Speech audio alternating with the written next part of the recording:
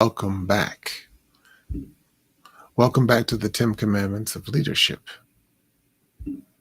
Today, our episode is entitled Stop Teaching Leaders, and Here's How.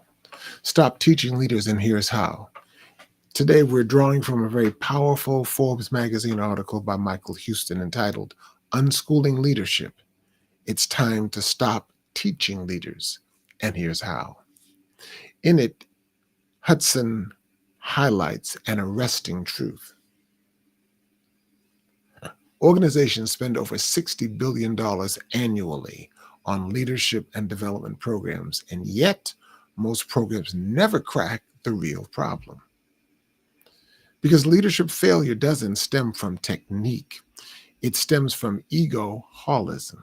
That's right, egoholism, which is a distorted self that's never been trained or tended, only masked and ignored. Today, we'll explore how unschooling leadership, aligned with our own egoholism recovering philosophy and program, can reverse that pattern.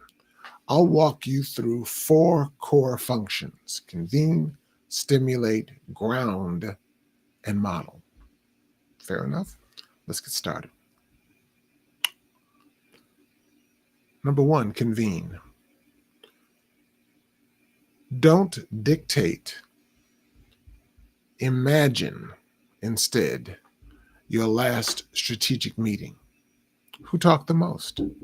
Who shaped the agenda? Who delivered the takeaways? Now flip it. No agenda, no PowerPoints. One question that matters: the leader's role. Be the host. Invite voices, hold space, and resist framing the outcomes. In egoholism recovering, this is where glancing back before driving forward, which is step number 1, and becoming an active listener, step number 3, converge. The leader becomes curious, not conclusive.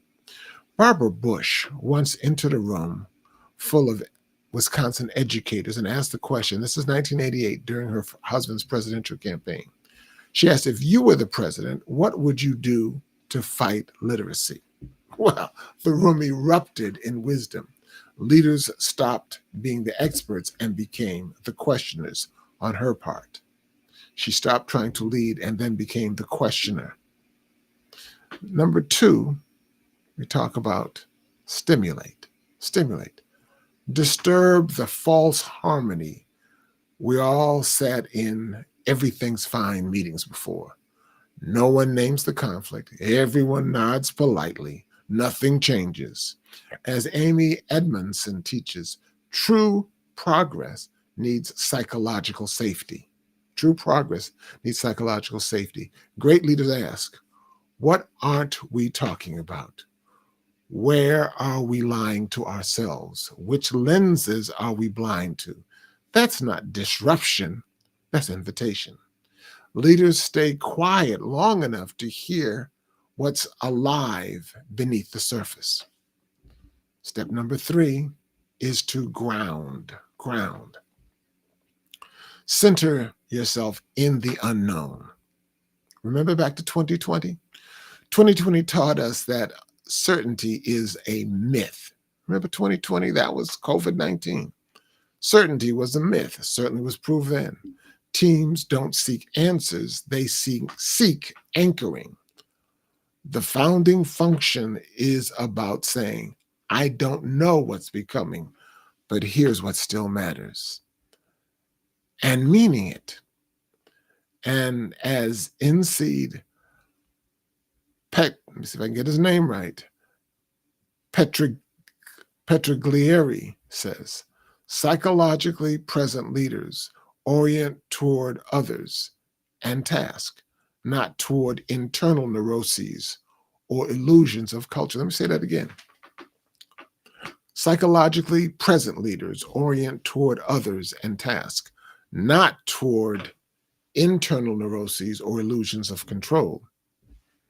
As part of our egoholism recovery, we call men and all leaders to master 5 phrases. And what are those phrases? I don't know. I was wrong. I need help. I'm afraid. I'm sorry. Say those again for you. I don't know. I was wrong. I need help. I'm afraid. I am sorry. Those are not seen as weaknesses, but as strengths. The fourth phase, the fourth function is model. Embody, don't perform, don't deliver leadership. Instead, live it. Your team watches how you, as the leader, navigate tension. Do you admit when you're wrong? Do you shift course when new data arrives?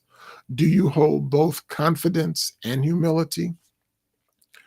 As Oppenheimer said in our earlier quotation, the best way to send a message is to wrap it up in a person.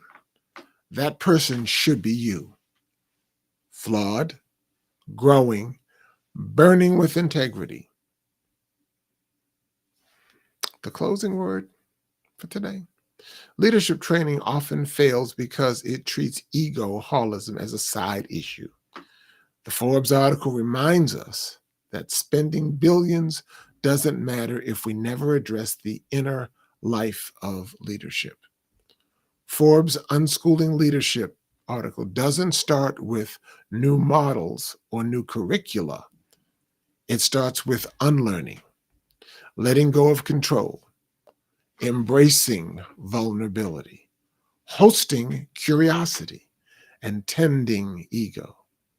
Let's stop teaching leaders and let's start inviting them to become. Invite them into becoming. That's one of the most powerful things that we can begin to do, is that the old system, the old way of doing things, really is not working well. Companies, as you saw from the research, and that research came from the Harvard Business Review, companies spend a total of $60 billion annually on leadership and development programs. And they will come up with such things as micromanagement, low morale, low trust levels, absenteeism, high turnover. And those are symptoms, but those are not the root cause. The root cause is egoholism. Egoholism is a word that they don't know. It's a word that I've been able to coin. Egoholism refers to one's distorted sense of self. And we point to leaders because the reality is organizations don't fail. Leaders fail. And the number one reason is because of unmanaged and unchecked egos that sabotage so many things, at least three things in particular. They sabotage development. They sabotage decision-making. They also sabotage long-term successes. And so what we're working on, what we've been able to develop here is EMC squared. EMC squared. Sounds like something you've heard before. You've heard of E equals MC squared from Einstein. Ours is EMC squared. The egoholism measurement calculator for correction is the first of its kind tool that measures, quantifies, and helps to manage ego problems in the workplace. Over the next several weeks, we will spell this out a little bit, roll this out a little bit more for you. But in the meantime, understand the fact that the leadership models that have been before are not working because they focus on symptoms and not the root cause. The root cause is the ego problems of the main leaders. Thanks for listening. Thanks for paying attention. My name is Tim Alston. I am the host of the 10 Commandments of Leadership. Here is where we do two main objectives. We educate, equip, and empower emerging leaders with God-thought leadership, and we also present current events and newsmakers in the light of best practices from the Bible, which is history's all-time best-selling book, leadership book, management book.